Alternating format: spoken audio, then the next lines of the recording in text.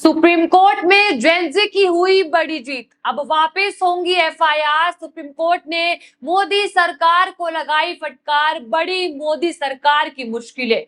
जी हाँ, क्या सरकार को आखिरकार छात्रों के सामने झुकना ही पड़ेगा? क्या सुप्रीम कोर्ट ने पुलिस कार्रवाई पर बड़े सवाल खड़े कर दिए हैं? और क्या अब हजारों छात्रों को बड़ी राहत मिलने वाली है? आज के इस रिपोर्ट में मैं आपको समझाऊंगी कि सुप्रीम कोर्ट की सुनवाई में आखिर क्या हुआ, किससे राहत मिल सकती है और किन मामलों में कार्रवाई जारी रह सकती है। तो वीडियो को आखिर तक जरूर देखिएगा। नमस्कार, मैं हूँ आपके साथ उन्नति कोटियाल और आप देख रहे हैं पीआरबी। मामला शुरू करने से पहले हेडलाइंस की ओर देख लेते हैं। पहली हेडलाइन है, जंतर मंतर प्रदर्शन, सरकार ने कहा स्टूडेंट्स पर केस नहीं होगा, 2700 अपराधियों पर एफआईआर कायम रहेगी। सुप्रीम कोर्ट बोला सख्ती करने वाले जवानों को ना बचाए। तो हेडलाइंस आपने देखी कि आज की सुनवाई में सुप्रीम कोर्ट ने जंतर मंतर पर हुए प्रदर्शन करने वाले छात्रों पर सुनवाई कर दी है कि उनके खिलाफ कोई भी जो कार्रवाई है वो नहीं होगी। तो देखिए दोस्तों, जिस मामले को लेकर पिछले कई दिनों से देश भर में बहस चल रही थी, उस पर सुप्रीम कोर्ट की सुनवाई के बाद एक बड़ा संदेश सामने आया है। देखिए, सवाल सिर्फ कुछ छात्रों या प्रदर्शनकारियों का नहीं है। सवाल था कि क्या लोकतंत्र में अपनी बात रखने वाले हर व्यक्ति को अपराधी की तरह देखा जा सकता है? देखिए, सोशल मीडिया पर लगातार ये माहौल बनाया जा रहा था कि आंदोलन खत्म होते ही प्रदर्शनकारियों के खिलाफ बड़ी कार्रवाई होगी। कई तरह की बातें वायरल हो रही थी, लेकिन जब वो मामला सुप्रीम कोर्ट पहुंचा तो अदालत ने एक अहम बात साफ कर दी थी। कोर्ट ने कहा कि अगर कोई व्यक्ति शांतिपूर्ण तरीके से अपनी बात रखता है तो उसे संवैधानिक अधिकारों को नजरअंदाज नहीं किया जा सकता है। अब इसी के साथ सीजेपी के स्पोक्स पर्सन सौरभ दास का एक वीडियो आया है, आप जरा देख लीजिए। दोस्तों, आज युवाओं की एक और बहुत बड़ी जीत हुई है। जुलाई 25 के एग्रीमेंट के तहत सरकार किसी भी एफआईआर्स पे प्रोसीड नहीं करने वाली थी। साथ साथ सारे एफआईआर्स को विड्रॉ करती है, एक रिटर्न गारंटी देती कि हम लोग फ्यूचर में भी किसी भी प्रदर्शनकारियों के खिलाफ, युवाओं के खिलाफ हम लोग एक्शन नहीं लेंगे। लेकिन कुछ पीआईएल्स आए सुप्रीम कोर्ट में, जिसके वजह से कुछ कंफ्यूजन हो रहा था एंड सरकार हमको बोल रही थी कि कुछ सर्कमस्टांसेस में वो एफआईआर्स पे प्रोसीड करेगी। डे 1 से कॉकरोच जनता पार्टी सारे युवाओं के साथ खड़ी है, सारे स्टूडेंट्स के साथ खड़ी है, सारे प्रदर्शनकारियों के साथ खड़ी है। किसी को भी कुछ भी हरासमेंट हो रहा है, आप हमें बताइए, हमारे से कांटेक्ट में आइए, हम उसको रिजॉल्व करेंगे। हम लोग करते आ रहे हैं, आज सुप्रीम कोर्ट में भी रिजॉल्व हो गया मामला, आगे भी हम आप सभी के साथ हैं। तो सब युवाओं को रिक्वेस्ट है, डटे रहिए। देखा आपने इस पूरी वीडियो में, वो कहते हैं कि सुप्रीम कोर्ट द्वारा सभी भ्रम दूर किए जाने के बाद अब हमारी अपेक्षा है कि भारत सरकार और सभी बीजेपी या एनडीए शासन राज्य 25 जुलाई को युवाओं के किए गए वादों को तुरंत लागू करे। कॉकरोच जनता पार्टी पहले दिन से हर छात्र और प्रदर्शनकारी के साथ खड़ी रही है और आगे भी रहेगी। युवाओं ने अपना वादा निभाया, अब सरकार की बारी है। देखा आपने इनका पोस्ट क्या था? देखिए, लेकिन अब कहानी का दूसरा पहलू भी यहाँ पर शुरू हो जाता है। अदालत ने ये भी साफ किया है कि अगर किसी व्यक्ति पर हत्या, बलात्कार, डकैती या किसी भी गंभीर अपराध के आरोप है तो उसे सिर्फ प्रदर्शनकारी होने के नाम पर राहत नहीं दी जा सकती है।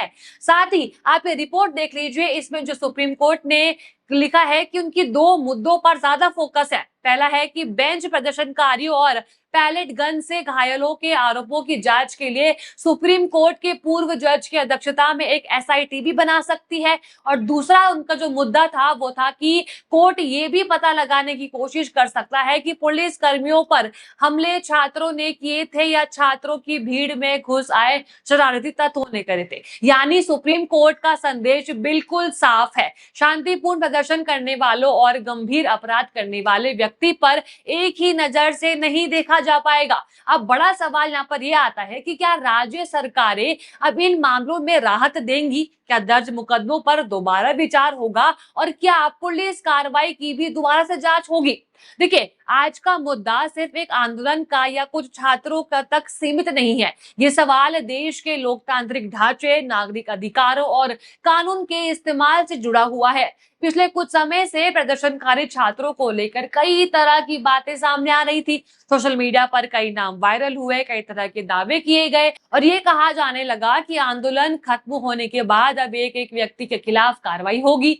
पर जिस तरह हम सभी को पता है कि सीजेपी ने आंदोलन इसी शर्त पे बंद किया था कि सरकार उनकी तीनों शर्तों पर हामी भी भरेगी, जो कि उन्होंने भरी भी। पर लेकिन जिस तरह सोशल मीडिया पर कई छात्र कहते हैं कि देर रात उनके घर पुलिस कर्मी आ जाते हैं, वो बिना वर्दी वाले, कुछ छात्र जो वहां पे मौजूद भी नहीं थे, बाहर देशों पर बैठे हैं, उनके ऊपर भी कार्रवाई की जा रही है। तो ऐसे में अब सवाल ये आता है कि छात्रों पर तो कार्रवाई ना करने का आश्वासन देने के बाद भी सरकार ने कार्रवाई तो करी है, पर लेकिन क्या सरकार को उन पुलिस कर्मियों पर भी कार्रवाई करनी चाहिए जिन्होंने जरूरत से ज्यादा बल का इस्तेमाल किया, अपनी जो पावर था उसका गलत तरीके से इस्तेमाल करा, उन जवानों का किया। देखिए, लेकिन अब ये मामला सुप्रीम कोर्ट जब पहुंचा तो सुनवाई के दौरान अदालत ने कई महत्वपूर्ण बातें भी स्पष्ट कर दी थी। सबसे बड़ा पहला सवाल ये आता है कि क्या सरकार एफआईआर वापस ले सकती है। देखिए, सबसे बड़ा भ्रम यही था कि सुप्रीम कोर्ट के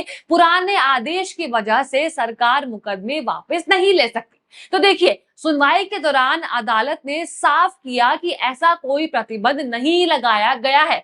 अगर कोई राज्य सरकार कानून के मुताबिक ये फैसला करती है कि शांतिपूर्ण प्रदर्शन करने वाले छात्रों या प्रदर्शनकारियों के खिलाफ दर्ज मामलों को वापस लिया जाए, तो अदालत ने उस पर रोक नहीं लगाई है, यानी मुकदमे वापस किए जा सकते हैं।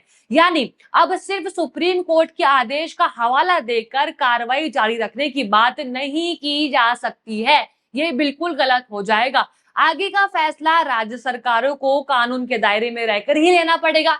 अब दूसरा बड़ा मुद्दा यहाँ पर आता है कि क्या हर प्रदर्शनकारी को एक जैसा माना जाएगा। तो देखिए, सुप्रीम कोर्ट की सबसे अहम टिप्पणी यही रही है कि हर व्यक्ति की भूमिका अलग अलग देखनी होगी। अगर कोई छात्र केवल प्रदर्शन में शामिल था, नारे लगाए या किसी सामान्य आरोप में उसका नाम दर्ज हुआ है, तो उसे उसी नजर से नहीं देखा जा सकता है जिस नजर से किसी गंभीर अपराध के आरोपी को देखा जाएगा। और ये बात भी बिल्कुल सही है।